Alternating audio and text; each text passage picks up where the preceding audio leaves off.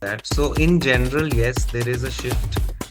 People are much more careful about their teeth.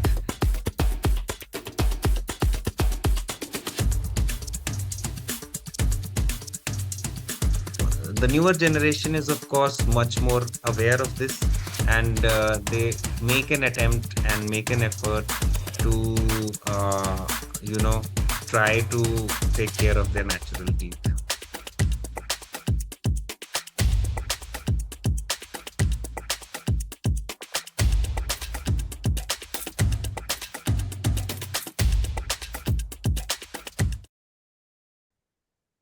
Hello, everyone. I welcome you all to yet another episode of Sip and Sync with Gen Z.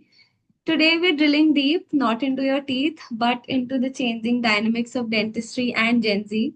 Joining us is someone who has been redefining smiles, a pioneer in dental care, known not just for his clinical expertise, but for building trust with generations of patients. He is none other than Dr. Ruchir Kalra. Thank you so much for joining us today, sir. Thank you, Soumya. Thank you for the opportunity and thank you for the wonderful introduction. It's a pleasure and an honor to be talking with you today. Thank you, sir. So, let's start by getting to know about your background a little bit. Yeah, so I am a second generation dentist. We have our practice, we have a 35-year-old practice here in Panchkula, Sector 5. Uh, there are three of us from the same family who are practicing here. That's my father who started the practice, my wife, and myself. We have a team of another, I would say, 8 or 9 specialists who are on call with us as and when their services are required, they visit our practice. That's great. And how did your interest build in for this particular field? Yeah, so I was in seventh class, and my father was one of the pioneers of who started doing dental implants in this part of the country, Hmm. and he used to do them on Sundays. I still remember I was in seventh class. It was a hot Sunday morning, and my father was short of one assistant. So he usually needed two assistants for these surgeries, but he had only one that day. And he asked me if I would like to tag along, and I just went with him. So, unlike my sister, who's also from a medical family, she could not tolerate blood ever. Just the sight of blood she would run away. I had never faced that. So I always had an interest towards, a leaning towards dentistry. Dentistry is, we call it art, science, and engineering. It's a mix of all three. So the art aspect of it is what, really fulfills me, helps me, because I can see that I can make a difference in people's lives. That's great, sir. So now let's talk about how Gen Zs are different as patients. So do you think that just because there's so much information on the internet, on Google, on Insta, and all the platforms, do you think they're more informed or they're more anxious about this topic? So when it comes to the information on internet, it's not just pertaining to Gen Z, I would say. All generations across, from someone who would be as small as maybe 10 years old to someone who's 90 years old, is very well informed. And frankly, it's a double-edged sword. So, like I read somewhere, if you Google, is coffee good for my health? You will find 10 articles or 10 blogs which will tell you about the benefits of coffee. And in the same go, if you also search, is coffee bad for my health? You will find equal number of articles which will, say that coffee is not good for your health. So similarly, that is what the internet right now is. It's an ocean of information, but there is no filter to it. If you're googling something, if you have to go for some treatment, some procedure, people want to know about it even before they enter a dental office, and that's very obvious. We do it for shopping, We do it even if we are watching a movie or if you are wanting to watch a show. So why not for, dentistry or medical science in general? So that is something that is not a problem at all. Rather, it is, I would say, always helpful to us. And it's the way the dentists see it. One doctor or a dentist might get offended that, how are you questioning my authority? But the way we have realized to deal with it is that we should appreciate what knowledge the person in front has. We should appreciate that they've actually made the effort to go out and see, what is it that they're dealing with. And we should appreciate whatever right knowledge they have and then correct them politely wherever they're going wrong. So I think that is what we follow at our practice, be it Gen Z, Alpha, Gamma, Beta, Right. millennials, baby boomers, everywhere. And these days, everyone would have watched something or the other over the internet, and then they sit on our dental chair. Right. So, sir, like talking about information, there has been a lot of misinformation also because just as you said, there is no filter. So, would you like to uncover some myth that has been going around, maybe oral health or anything around it? Yeah, there are so many. I would say there is one in every treatment that we do. So, the most common is that scaling or teeth cleaning is bad for your teeth. I would like to put it out there through your channel that whatever any qualified doctor or dentist is doing with a good reputation is never going to be, sorry, is never going to be bad for anyone. There's a lot of research that has happened behind these procedures. People feel that scaling is bad, या फिर scaling के बाद sensitivity हो जाती है, या फिर people feel that after scaling their teeth start moving. It's actually the lack of not getting these treatments done that causes these problems. If someone goes for regular cleaning, scaling of their teeth, there's no issues at all. And similarly, there are myths about aligners, about braces, about implants, about each and everything. So, that'll be a complete different episode altogether when we start to talk about it. Right. All right. So, also, like, when we're talking about Gen Zs in particular, do you think that there has been some shift? Like, are they more preventive or are they more curative towards their oral health? That's a very good question. Thank you for that.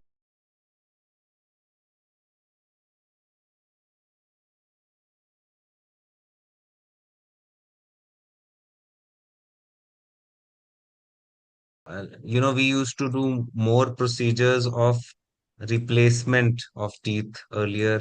That is slowly going down. Uh, Everyone wants to keep their own natural 32 teeth. So they're more, outward. No one likes to come to the dentist, I'll be very frank. But it's you have to do it. It's you don't. No one has an option because all dental diseases or problems are preventive. It's as simple as that. So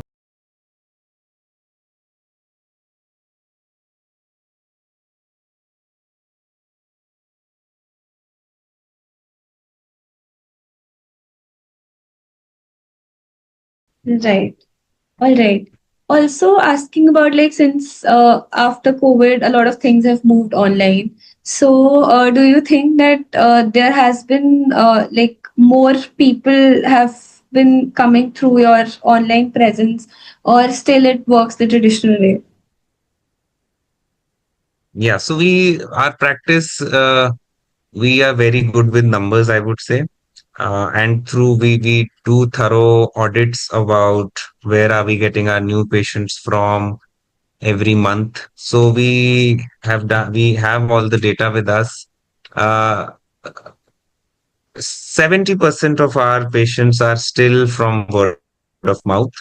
20% is through Google, and another 10% is through other platforms of, offline networking like BNI and Rotary, which we are very active with.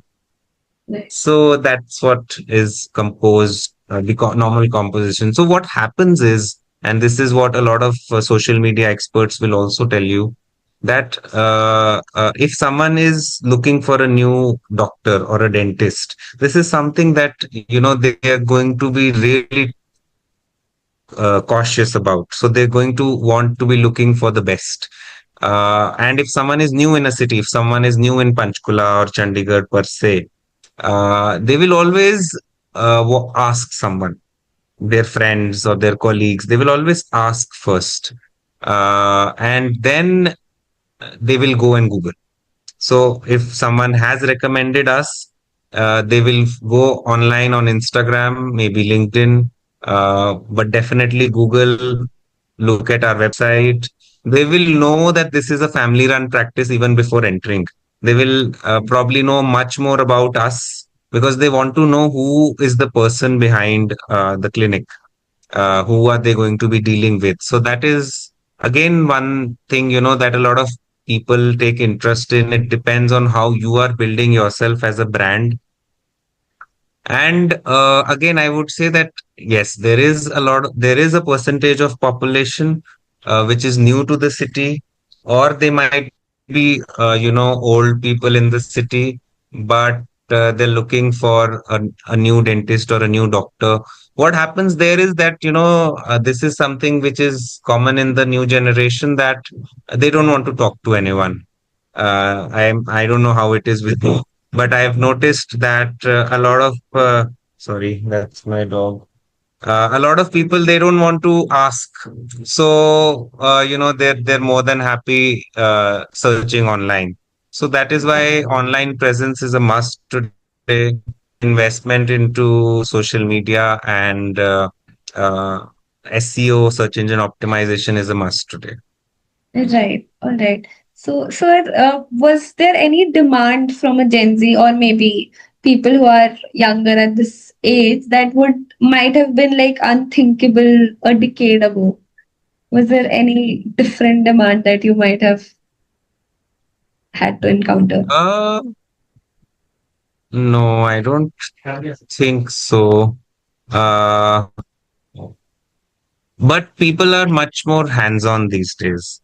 I wouldn't say unthinkable, but like if I say that you have a cavity in your upper second molar, everyone wants to see it.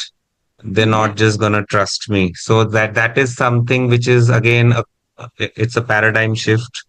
And these days we have devices, we have intraoral cameras, scanners, which are very clear. They give a 3D image, and even we feel better before treating these patients, that they are very well educated, and it's an informed decision to do whatever treatment is being done. Maybe 10 years back, 15 years back, my father would say that, you have a cavity, you need a root canal, and the patient would agree. Today, we have to educate, why do we need a root canal? Why can't we do a filling? So it's good, because then it's better for the for people for the future as well. How to take care of their teeth. They're much more aware, much more cautious about it. I think that is definitely a shift that has happened. People want to see, the new generation wants to see what are we talking about. But yeah, I've not had any weird demands as of now. All right. And like talking about it, do people nowadays like are they concerned more with the aesthetics or actually the functionality of oral health? It depends on the city, first of all. So, if I talk about my colleagues in Delhi, Bombay, South Delhi, people who are in that sort of an environment, plus they have that sort of money, because anything aesthetic is more expensive. They're Yeah. ready to spend. They don't have any issues. When we talk about tier two cities like Chandigarh, the concentration is always first towards functionality. People, because we're normal people, Right. a lot of times you'll be surprised, someone might not have this front tooth and he's totally fine with it. And Right. they've lived like that for years together. So if that person does not have a need for getting it corrected, I cannot say do anything that is going to convince him. So it's more about the city, but yes, at the same time, nowadays technology and dental procedures are such that there are no problems per se. So demands for aesthetic treatments have increased, and with that, our we have also skilled the similar way. All right. All right. So, one last question. If you could send one message to Gen Z about oral health, what would it be? Brush your teeth twice a day. Sorry. So, on a more serious note, our practice and our family has always tried to concentrate on the preventive aspect of dentistry. We call them the five golden rules. You can call them five cardinal rules. Anyone who follows these, will have better oral health and will be able to maintain their natural teeth better. The first is, of course, like I already mentioned, brush your teeth twice a day. Use a medium hardness brush. Use a fluoridated toothpaste with the brush, and change your brush after every 3 months. The second is that there are certain brushing is just not enough. There are a lot of adjuncts, especially to clean between the teeth. You need to use a floss or a water flosser. Tongue cleaning is extremely important. At least once a day, you should use a tongue cleaner to wipe the bacteria from on top of your tongue. uh, uh, Except this, you need to have a healthy diet. It's not just for your tummy. If you are having green vegetables, if you're having food that are high in fiber, they don't stick to your teeth. Whereas the following rule, which is the fourth rule, is that avoid chocolates and sugary food or food in high carbohydrate, because it's not good for your health. Plus, they have a tendency to stick to your teeth, and the more food gets stuck in on your teeth, in between your teeth, the higher chances of having cavities. And last but not the least, dentistry and all dental problems are 100% preventive, but by the time you start getting symptoms, it's too late. So it's very important that we remember that we need to visit our dentist every 6 months. That's extremely important. If you don't visit your dentist every 6 months, you will not even know, and your teeth are going to start to, wear away, or they're just going to be cracking down. So make sure that you uh, get your regular checkups done. That is the key to prevention. All right, sir. Thank you so much. This is such an enriching conversation for all You're of us. welcome. And to Anytime, all the anytime. viewers, if you have to get a 6 monthly checkup, you can visit Sir's website at sanjaykalradentalclinic.com. Thank you so much for joining us today, sir.